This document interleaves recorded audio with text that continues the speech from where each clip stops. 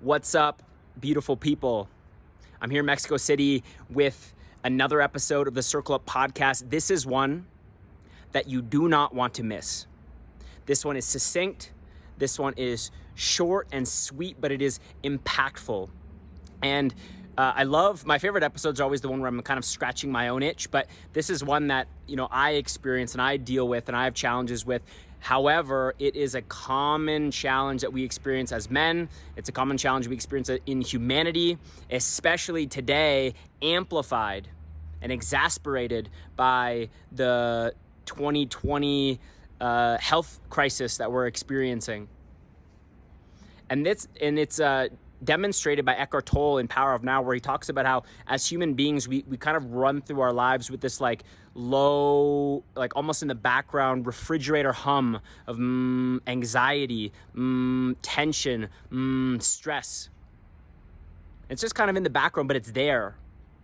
And the gentleman that I spoke with on this podcast, like I said, massively impactful. You can really tell the difference in the quality when the guests on this show have had a decade at least of experience in their field of expertise. So this gentleman has been leading men's circles and retreats and have been coaching men in how to have better relationships, how to be examples for children, and how to recognize in themselves that kind of low refrigerator hum anxiety and tension that we carry with our days, and to instead enter the present moment and instead find relaxation and find, which I'm so thrilled that we covered, this emotional intelligence and emotional awareness. And he mentioned that IQ is being shown to be not nearly as important in our culture today as EQ and an indicator of success. And so if you're interested in learning how to embody a relaxed presence, how to embody who you are as a person, because he talks about his identity and how he was rejected multiple times when he tried to come out as gay, and honor his truth and honor his self-expression, and was rejected, and how important it is to create and cultivate relationships in our lives where we can actually be our authentic selves, where we can actually open up. And so I'm just thrilled to bring someone who I look at as a massively positive role model for men, for the world, for children. And like I said, short and sweet, but this one is impactful. This one will make a difference in your life. So excited for you to tune in to this episode of the Circle Up podcast with none other than Mike Sagun. Welcome to the Circle Up podcast. I'm here with a man who is truly making a difference in the world, whether it's with youth mental health education or whether it's with men and masculinity and redefining the way we talk and think and feel about masculinity. I have superstar extraordinaire Mike Sagun. Thanks for being here. I appreciate it. Thanks, brother. I'm so grateful to be here. I'm excited for this conversation. Yeah, and I just gotta say, man, you changed my life. So I found EVRYMAN through a mutual friend of ours, Ryan Martin. He was a participant in EVRYMAN, and as I was browsing through different men's circles, I was really inspired by the way that they positioned themselves and branded themselves on social media. And then I started discovering some of the leaders that helped lead their programs, including Dan Doughty, some other leaders, and yourself. And when I landed on your profile, I said, I got to reach out to this guy because he is inspired. And like we talked about just before we started, self-expressed. And that was one of the things where when I was thinking about how am I going to approach a conversation on masculinity, I want to make sure that my self-expression comes through with congruency and vulnerability and honesty. And that's the way I see you in the world. So it's inspired to jump in this conversation with you. And the place I want to start is with your TEDx talk. Because I had an opportunity to check that out. And it was called Saving Lives, Healing Hearts, and Soothing Minds. And I'm a huge student of public speaking and communication. And you nailed it. You were clearly prepared. You were clearly knew what you wanted to bring into the world. And so my first question is, because in my men's circle, where the work that I do, we talk about 15 tenets of this code of honor. And the last one, number 15, is be an example for children. Be an example for children. And your TED Talk was really about how can we be trusted adults? How can we be someone that young people look up to? And it sounds to me like there was a specific adult that really made a difference for you in a vulnerable time in your life. But I was just wondering if you could share from your perspective, how did that TEDx talk come to be? How did you piece that together? What were the puzzle pieces, the recipe pieces that made that an important conversation for you at that time? Yeah, man. Well, first, man, thanks for checking that out. Appreciate you spending 14 plus minutes watching that TEDx talk, brother. Yeah. So at the time I was working with a corporation called Kaiser Permanente, and the foundation of our work was going out into the communities and educating communities about making healthy decisions. And the format that we used was through theater. So we would connect with young people with a play or with a show. And then afterwards we would have kids come up to us and ask us some vulnerable questions, connect with us, basically.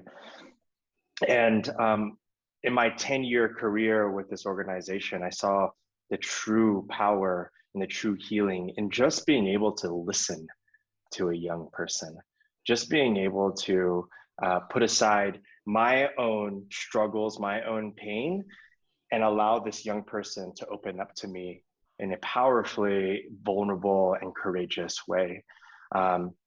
Oftentimes I would just sit with a young person and just get curious, just ask them how they felt or what they were going through. And in a 10 to 15 minute conversation, they can go from feeling alone, depressed, anxious, to feeling, oh my God, I can do this next step. I'm excited about being in my community. I'm excited about making new friends. I'm excited about reaching out to other adults. And so I really saw this profound power in being an adult for young people and being that one person that they can talk to. And this really came about because I was very fortunate to have several adults in my life growing up who were really just there to just listen. When I was in 5th grade, my parents are going through a divorce, and my teacher at the time, Ms. Kachmanian, who is still one of my good friends, still connect with her. She came to my wedding 5 years ago. We still text message each other. At the time, she was only 22 years old, and I was a 10-year-old. And she noticed that there was a shift in my behavior in class. She noticed that I wasn't paying attention. She noticed that I was sensitive, distracted. She noticed that I was just not there, not present. And one day she's like, hey, Michael, can you just stay back with me? Would you like to have lunch with me? And I was like, okay, sure. And while all the other students were at lunch or at recess, I just sat with Ms. Kachmanian and talked to her the entire time. And she sat there, she ate her, she's so cute. She used to eat like vegetables with barbecue sauce, and she just ate her, at the time she was eating carrots and barbecue sauce. And I just like spilled my guts out. And I just told her what I was feeling. And then it just became this recurring thing. The next 2 weeks, I would go over and hang out with her at lunch. And I just noticed how powerfully impactful that was on my life, how gaining trust with her allowed me to look for other adults in my life to trust. And that the next pair of adults that came into my life were in high school, Kevin Lassett and Melinda Lassett. They were my choir teachers. And I was going through another period in my life where I was questioning who I was, and I was stressed out about my identity, and things were happening in my personal life with my mom, my dad, my sister, my church. All of these things were coming. And because I knew that I can talk to an adult from Ms. Kachmanian, I just reached out to Kevin. And he was actually the first man in my life that allowed me to just cry. I remember being in his office and I just broke down. I was sobbing And he didn't say anything, man. He just came over to me and he wrapped his arms around me and he said, it's okay. And he really just allowed me to be vulnerable and be human. And it was through those experiences that just allowed me to I was like, okay, cool. There's like this really powerful thing that happens when I open up, when I just share from my gut, when I like share my truth. And so being able to be that adult for hundreds, maybe even thousands of kids in my career was really profound for me, which really inspired this talk, this TED Talk. One of the themes that I also found that came through in that conversation was around identity, and you had touched on that briefly. You know, today you describe yourself as a proud gay man. And in that conversation, you talked about how you had opened up twice before. And that in of itself must have taken so much courage, really a leap of faith. And in both those situations, you described yourself as feeling rejected. Can we talk about that a little bit? Because you mentioned this third conversation went differently. And so maybe you could, position us there, because when we are having conversations with ourselves, we're having conversations with our loved ones, my intention with my life moving forward after hearing stories like yours is, how can I fully accept myself for who I am? Yeah. And if I can fully accept myself and love myself unconditionally, then I can go out into the world and I don't have to judge and label and tell people the way they need to live their lives. Instead, I can accept them.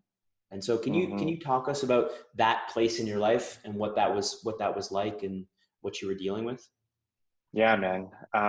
So I was in college, and at the time I was dating women, but I was also being pretty, I had some risky sexual behaviors because I was a closeted gay man.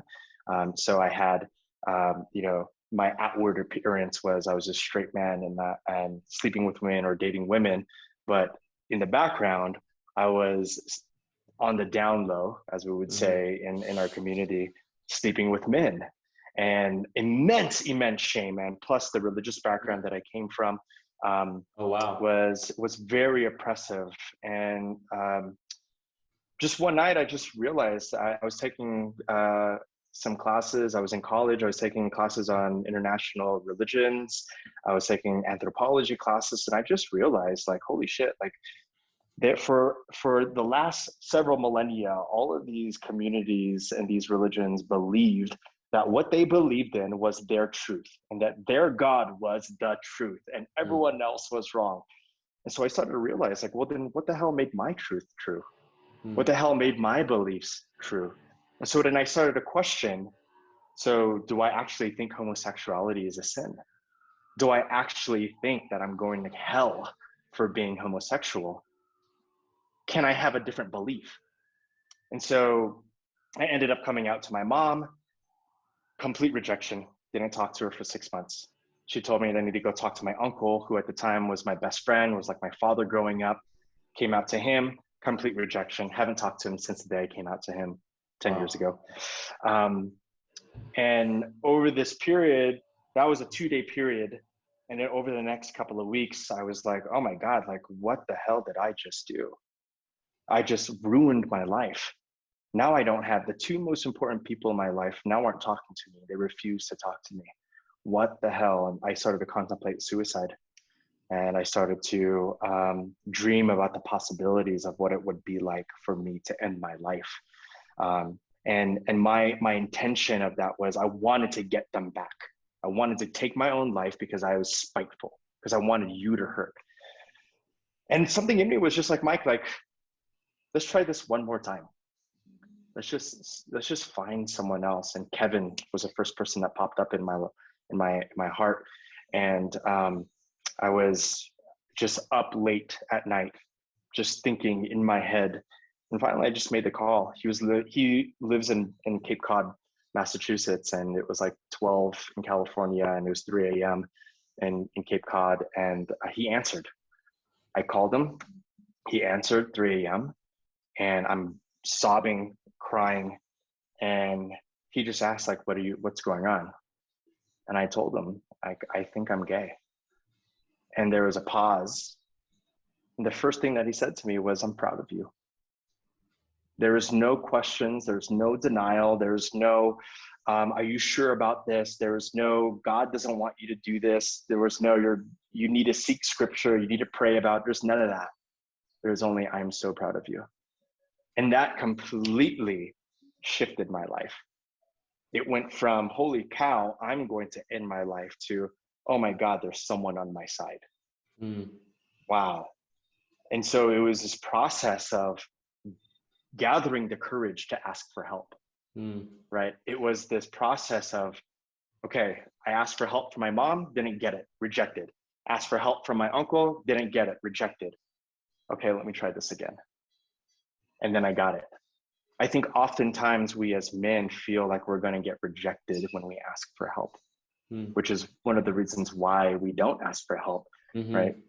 So often we think about asking for help as weakness. We think about the strong man that does it by themselves. We think about the lone wolf that does it, that can get everything done on their own, that can provide everything on their own.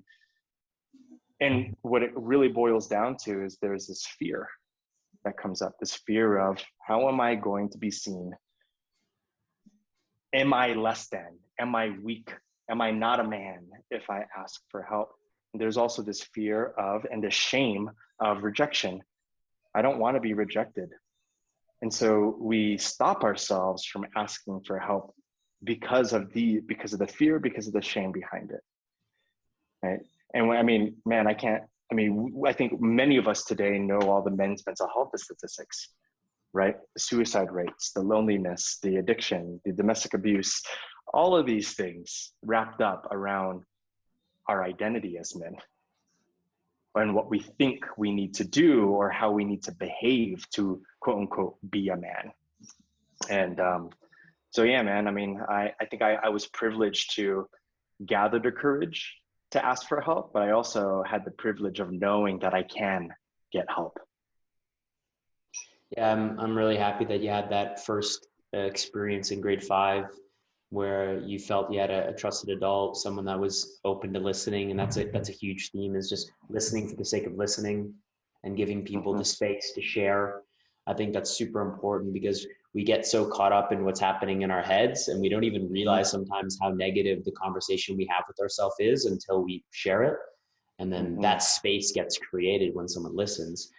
The other thing I'm wondering is if you could go back in time and have a conversation with yourself around that time, or maybe somebody that's listening, maybe it's not, coming out as being gay, but it's some other place where they feel like they need to put on a mask, right? Or they feel like there's a disconnect between who they really are, who they want to be, and then the front they put on with the world or with their loved one or with the people around them. What have you been able to internalize around that conversation where who I'm presenting myself as and who I know to be isn't congruent? What would you tell yourself, or what would you tell someone that's dealing with that same situation? I mean, the first question I would ask is, how is that mask or how is that identity serving you in your life, right? Is it destructive or is it constructive in your life? And oftentimes we create these masks because somewhere down our development, they've been protectors for us. We created the mask because that's what we needed to survive, right? For me as a young gay man, right? As for me as a young gay man, putting on the straight mask meant like I could be in this community of other boys and they're not going to chastise me. They're not going to make fun of me. They're not going to disown me. And I belong in this tribe, right? Which is a human necessity. And so often that's a really beautiful trait because it allows ourselves to protect ourselves from being hurt. But then we carry these masks along with us throughout our life. And oftentimes those masks aren't protecting us anymore. Rather, they are oppressing us. They are shoving our true self down. And so what I would ask a person is, what are these masks that are serving you and how are they serving you? Is it constructive in your life? But also in my own journey coming out and also reshaping who I wanted to present myself into this world and who I wanted to be in this world, I had to ask myself, am I sacrificing my own happiness to meet someone else's expectation of me, right? Mm. Am I letting go of my true identity because I want to make someone else happy, you know? And am I seeking that external validation? And for me, it was like, nah, like I'm not going to live the rest of my life pretending to be happy and putting on this heterosexual mask because my parents want me to be this way or my church wants me to be this way. I just can't live like that. There's no way. If I struggled from when I came into my sexual identity around 10, 11, when I knew that I was gay, to 23, I mean, I suffered in those 13 years, man. I suffered with questioning who I was. And to think about a life, the rest of my life that I had, 60 to 80 years, am I willing to suffer for another 60 to 80 years? Hell no. Yeah. Right. So it The takes cost is too high. ownership. Right. And it takes ownership. Right. And it also takes understanding that you might hurt people along the process.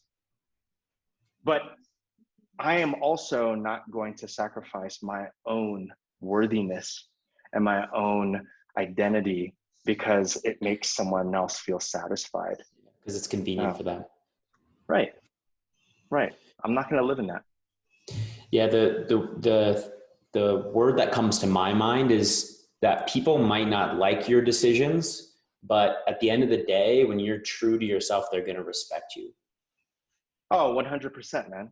You know, like with the fear that I had after coming out is what the hell are my friends going to think? Right. Oh my God, I have this like beautiful community of people that love me, but know me as this straight guy. What are my boys going to think of me? What are my other friends going to think about me?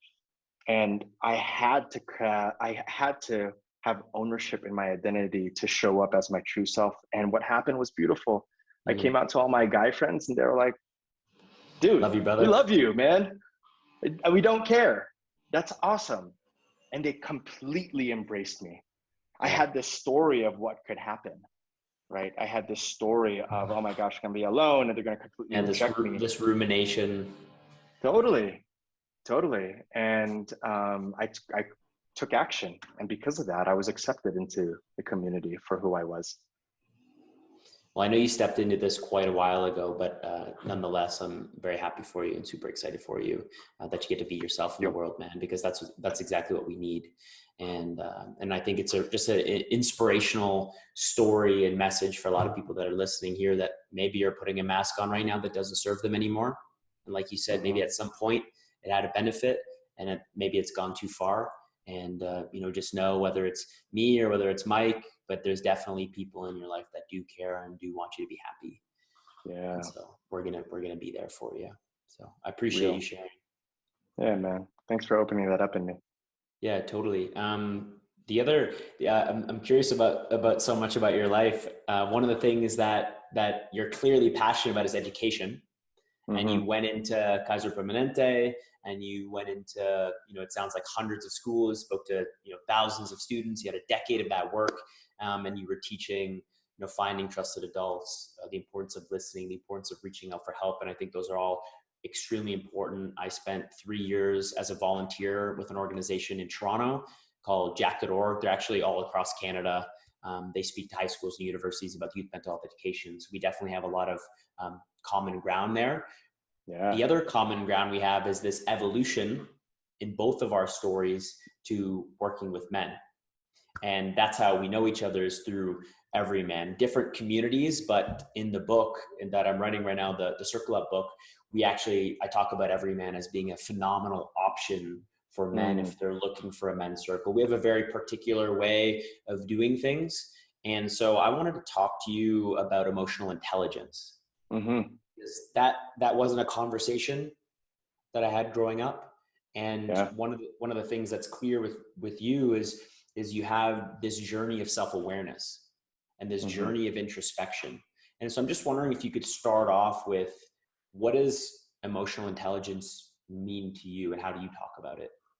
Yeah. So, we're now saying that EQ, or emotional intelligence, is a greater indicator of success than IQ, right? And when I think about emotional intelligence, I also think about emotional awareness. Emotional awareness are the lessons that we learn from the reactions that we have from our emotions. Emotional intelligence is taking those lessons and creating action, doing something different in your life. Okay. Right. So I have an awareness that when I get angry, I shut down. I have an awareness that when I get angry, I run away. Yeah. I close up. Yeah. So I know that about myself. I know that when I get angry, I get tense, my jaw clenches, my body clenches, and I go into a place of freeze.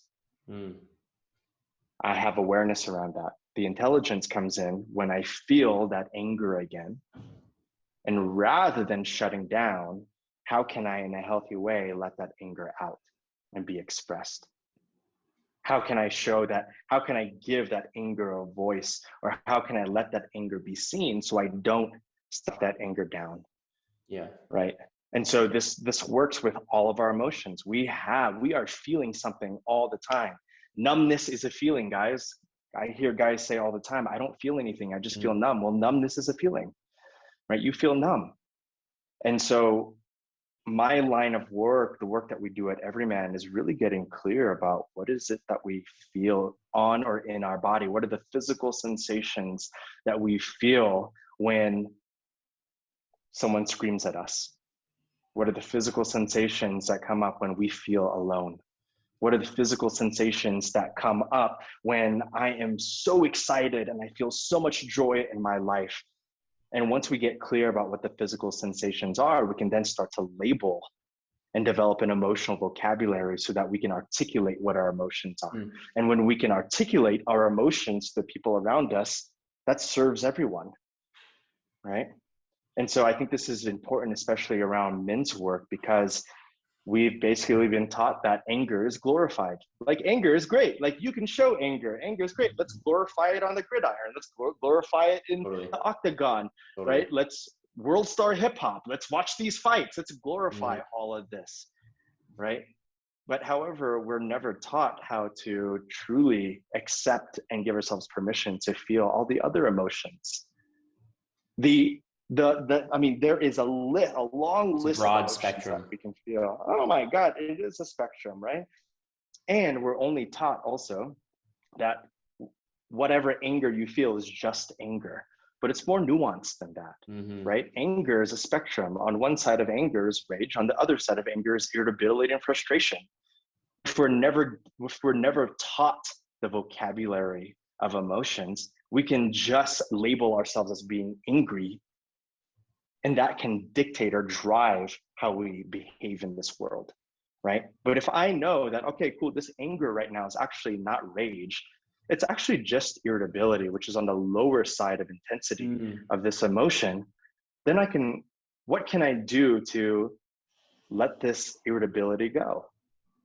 How can I serve this irritability? How can I feel differently knowing that this is just irritability? Does that make sense? Yeah. What I'm getting is I'm just parking in my mind the emotional awareness, and then the emotional intelligence is almost the application of the awareness and then doing something about it. And it reminds me of just reading Power of Now and Eckhart Tolle, where he says, you're not your thoughts, you're not your feelings, but you're the observer. And so if we have a conversation with men about emotional awareness, then we realize that we can actually observe these emotions and don't even need to react immediately, but we can just pay attention to them. And even if it doesn't get applied perfectly in the emotional intelligence instantaneously and right away, and maybe we make some mistakes and piss some people off on the way, at least starting with the awareness gives us something to work with. Yes. Right. I mean, we're going to mess up, right? And it's why we call EVRYMAN CrossFit for the emotions, because in our groups, this is where we practice the emotional awareness and practice the emotional intelligence. This is where we develop emotional literacy. And this is where we mess up, right? Because we're going to take this work into our daily lives and we're going to mess up there too. Yep. But every single time there's a lesson to all of it, right? we could always notice as we observe our response and our reaction to these emotions, we can always look back and say, wow, that worked and that didn't work. How do I want to be different the next time this pops up for me? Totally. Yeah. And the kind of the trajectory I'd like to take this conversation about emotional intelligence to see how it ties into one of the big problems and the biggest challenges that we talked about earlier, which was these statistics around men's mental health and addiction and suicide ideation and suicide. And one thing that I've seen you talk about a lot is this chronic stress. Mm-hmm. And when I asked you kind of, how do you want to be known and what do you feel like you can add most value into the world? What you said was helping stressed out men find calmness in their lives. And so I'm wondering, because it's something that I'm seeking, is calmness. If I'm being completely frank with you about my experience, I almost feel like I have a tension that doesn't seem to go away. And I lay down on the floor and I do meditation. I try to release the tension, but it just seems to persist and be there. And so I'm just wondering, how does emotional intelligence, how does the work you do with EVRYMAN, how does your process, or maybe how you work in your coaching, help people find more calmness? How can we help those that are seeking answers around more tranquility in their lives, more serenity in their lives, more calmness in their lives? How can we find that for ourselves? How can I find it for myself, Mike? Yeah, well, it sounds like you're already doing it, man. I mean, I think one thing that we need to pay attention to is how stress is honored in our culture, how stress is almost a badge of honor in our culture. We've been conditioned to believe that if I work harder and I am stressed out, that means I'm doing something powerful in this world, that I am being accomplished in this world. The hustle porn, the grind, absolutely, fetish. Yes, 100%. And so if we could remove ourselves from that identity and notice that actually the stress that we feel is not beneficial, that actually our stress actually leads to early death, then we can start to notice where in our lives that we need to find more calm. And it always starts with the breath, brother. Always starts with the breath, always starts with coming back into the body and noticing where your body is, what your body feels, because your body is always present. Your body is never in the past. It's never in the future. Your mind is. Your mind goes to the past. Your mind goes to the future all the time.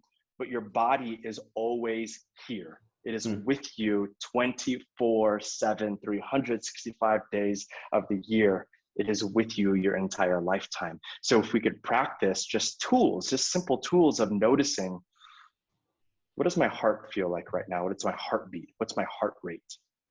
Every single time you do that, you're practicing coming back here.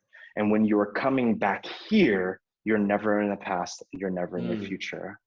And we can start to calm our mind and calm our thoughts. Now, I'm not saying that thinking about the past and thinking about the future is harmful. I don't think that at all. However, if it runs your life, it can turn into chronic stress. If it is a habitual practice in your life, it can turn into chronic stress. And so if we could just start to practice what it's like to just come back to our bodies, right? We have so many sensations coming in and out of our bodies. We're feeling all the time. And if we can practice just noticing what are the physical sensations I feel, we're also always practicing coming back to the present. And when we're practicing coming back into the present, it allows our ego to go, okay, calm down, right? Our ego cannot penetrate our present state. Our ego is always thinking about how can I protect you from the future or protect you from the past. But if we're always back here, the ego is like, I don't know what to do. I'm going to be silent. And so for guys that I work with, I always teach them, the first thing that we do is I teach them how to come back into their body. I teach them to develop a relationship with their breath. One of the tools, one of the homework assignments that I give guys is practice a daily check-in, right? What do you feel like in the morning when you get up? Can you take 3 breaths? And can you check in with the physical sensations in your body? And then can you just name one emotion you might be feeling right now? And then can you do that again in the evening? Just check in with yourself. How have you shifted from the morning? And when we have a practice like this, it starts to become natural throughout our day. I have guys that I work with who check in with themselves just randomly. They're just like, oh, I need to check in. Take 3 deep breaths. And the impact of just taking 3 deep breaths throughout your day is so powerful. Yeah. We are literally calming our nervous system down, because what stress does too is it puts us into this fight or flight state, right? Our nervous system, our sympathetic state gets activated. And our sympathetic state is where we want to go, survive. We're just in survival. Yeah. And so if we're always living in survival, we don't give ourselves the opportunity to come back into parasympathetic, where our nervous system is back to balance, to normal. In this place of parasympathetic is what we would call a rest and restore in our body. Yeah. That's when our body says, okay, cool, Mike, you're not surviving anymore. So now I can heal it. Mm-hmm. Now I can digest the food. Yeah. Now I can notice all the parts of your body I can notice all the foreign substances in your body, so I could expel those foreign substances. I could develop your immune system. I can strengthen the immune system. I could strengthen your lymphatic system. And when our bodies can heal itself, guess what? We're more calm and we live longer lives. And so bringing ourselves back and taking these breaths throughout our day is such a beautiful practice, because it allows your body to come back to a rest and restore. Yeah. And then your body gets to do what it needs to do. And naturally, when our bodies get to do what it needs to do, and when we're practicing presence, we're not living in anxiety and we're not living in the past. So many gems. I just went on a roll there, man. Yeah, so many gems, man. And I could tell that this ain't your first rodeo. I know you're a facilitator with EVRYMAN, and you've run weekend retreats. I'm not sure if you've been doing those online since the pandemic. Is that still an opportunity? If men are hearing you and they resonate with this concept of they don't want to live their entire lives in survival, they don't want to have this constant anxiety and stress, and they want to thrive. And they want to feel relaxed, and they want to live long lives and have vitality for themselves and their families and for their communities. Is there opportunities still to participate in these programs? Absolutely. It sounds like your process is really powerful. It's simple, but it makes a difference. And it's foreign, because it seems like it's almost like, all right, really, that's it, Mike? Like, that's all I got to do. But it's, it can be that simple. Yeah. I mean, it sounds simple, right? But what we talk about often is it takes practice and consistency, doing it over and over and over again. Mess up, do it over and over again. And since the pandemic, we've basically ran all of our programming online. So we've been online for the last year and a half, and through our platform, we have virtual weekend retreats. We have 4-week programs. We have men's groups. We have men's groups on different topics, purpose. We have men's groups for LGBTQ+ guys. We have men's groups for Black men.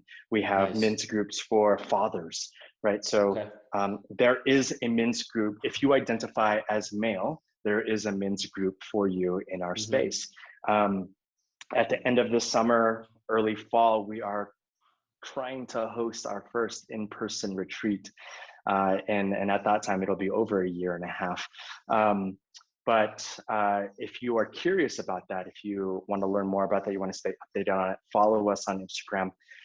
Also sign up for our newsletter on everyman.com. But this is an opportunity for any person that's curious about this work, curious about what it feels like to be in a community with men who have similar stories, might be going through some similar things, and create a sense of connection and brotherhood. There's a space for every person, every man in our space. Hence the name. Exactly. The one last question that I've got for you before my final question, which I'm most excited about, is around the benefits you see of being in a space with men. A lot of people would ask, why men specifically, why only men? And is there something in particular? Because I know in my experience, what I've found to be the particular benefits of having only men in a circle and the type of environment that can create. But I'm just wondering, from your perspective, you've been doing this way longer than I have.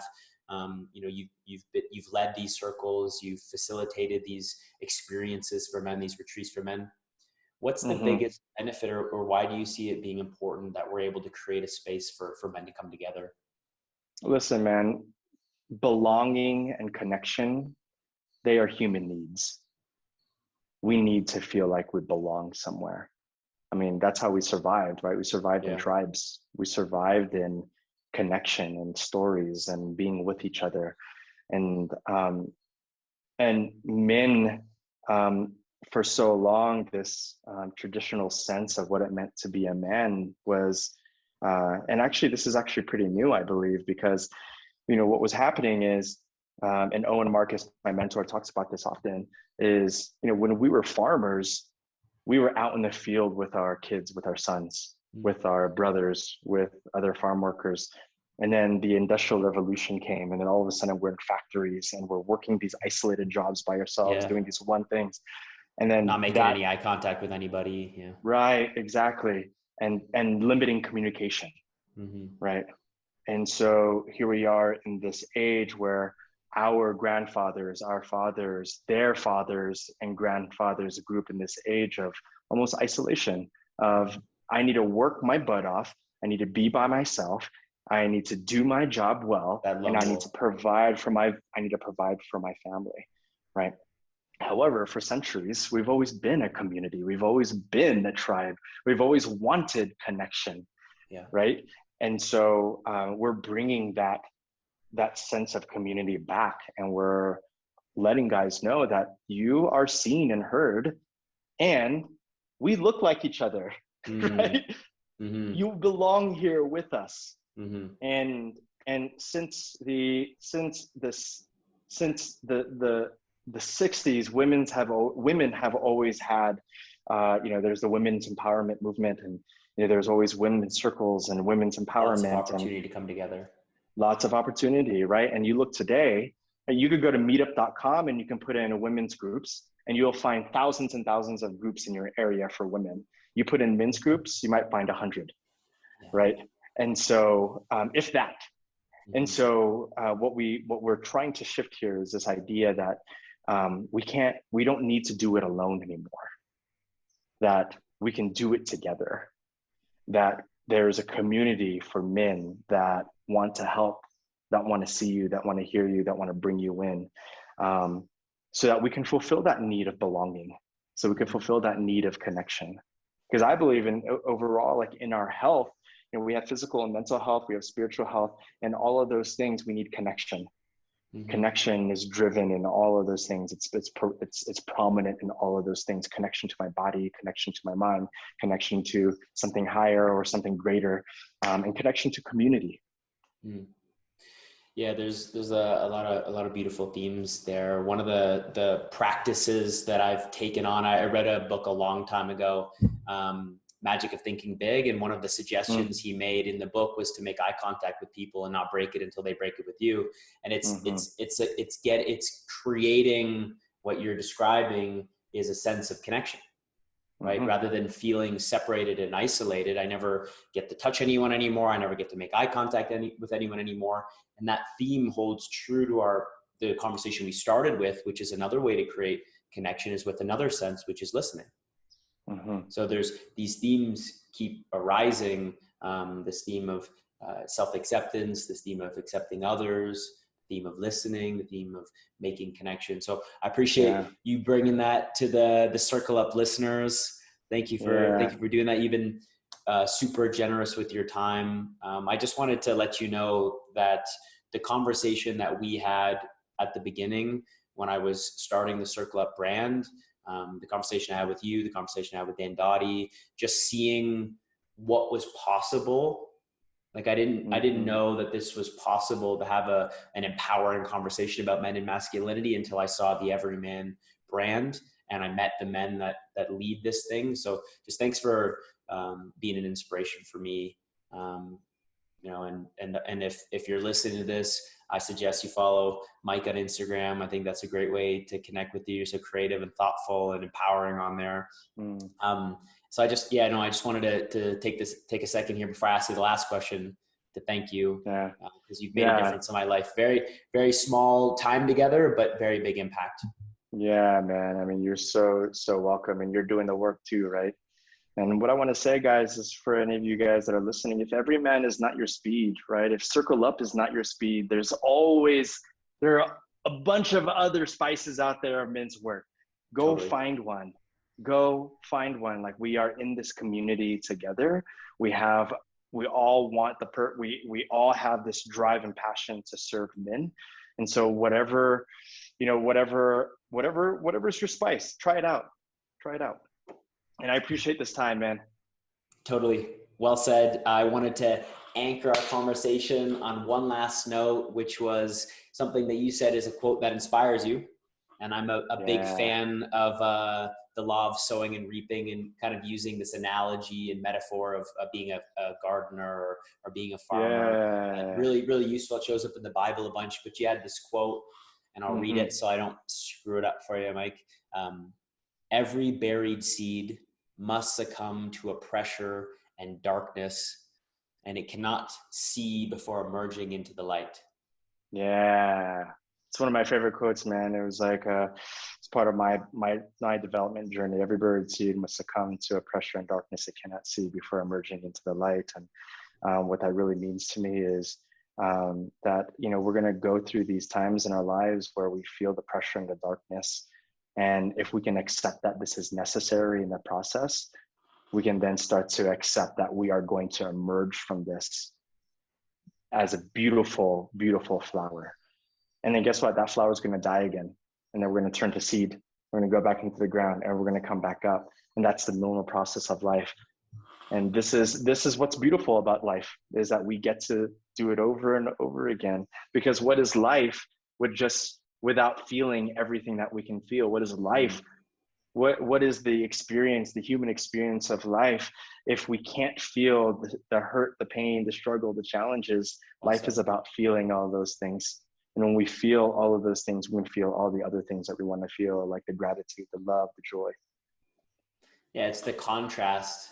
It's experiencing the full range of human emotion that lets us appreciate all of the positive side of it. That's right, brother. Well, thanks for doing this. I really appreciate it. Thanks for who you are in the world. And I will make sure to post the TED Talk. You've done a bunch of other cool stuff. I'm going to make sure your Instagram gets on there. So if you have any other last words, this is your opportunity. But dude, thanks for doing this. Yeah, I just want to say thank you, Jonathan, for this opportunity. It's conversations like this that give other guys permission to have conversations like this with other men. And when we have more conversations like this, we're going to start to heal the world. Well said. Appreciate you, brother. All right, man. I'm excited to be in person with you at a retreat sometime soon. Let's go. Till next time, my friend. What's up, beautiful people? Back here to invite you. If you like the show, if you found something useful, if you're contemplating an idea or a story that Mike shared that you feel can make an impact on your life or someone you love, then share the show. Subscribe to the show. It makes a difference for us. It helps us reach more men, more humans with these ideas. We believe that we're doing a service to humanity by raising consciousness, raising awareness, adding more love. And so if you're listening, you're part of that. We appreciate you. If you want to learn more about Mike, you can find him on Instagram. If you want to find more about the EVRYMAN community, you can find them on Instagram, or you can go to everyman.com. And I love what Mike shared near the end there, where if Circle Up or EVRYMAN is not your flavor, it isn't the spice There are other men's circles available, so explore them. Find a circle, find a community, find a brotherhood that works for you, that resonates with you, that's helping you to expand who you are as a man, right? To find your brothers, to find your tribe where you can be honest about your struggles, where you can be honest with your self-expression. And I just want to throw it back to Mike one more time and let you know, mad respect, brother. I appreciate you coming on here and being an example, a positive role model for our community at Circle Up, but also for the world at large. Really appreciate you coming in here, giving us your time, giving us your expertise, and just being a positive role model and a light for the world. You, man, you shine, dog. So we appreciate you, bro. Till next time, I'm Jonathan Andrews. Don't man up. Circle up.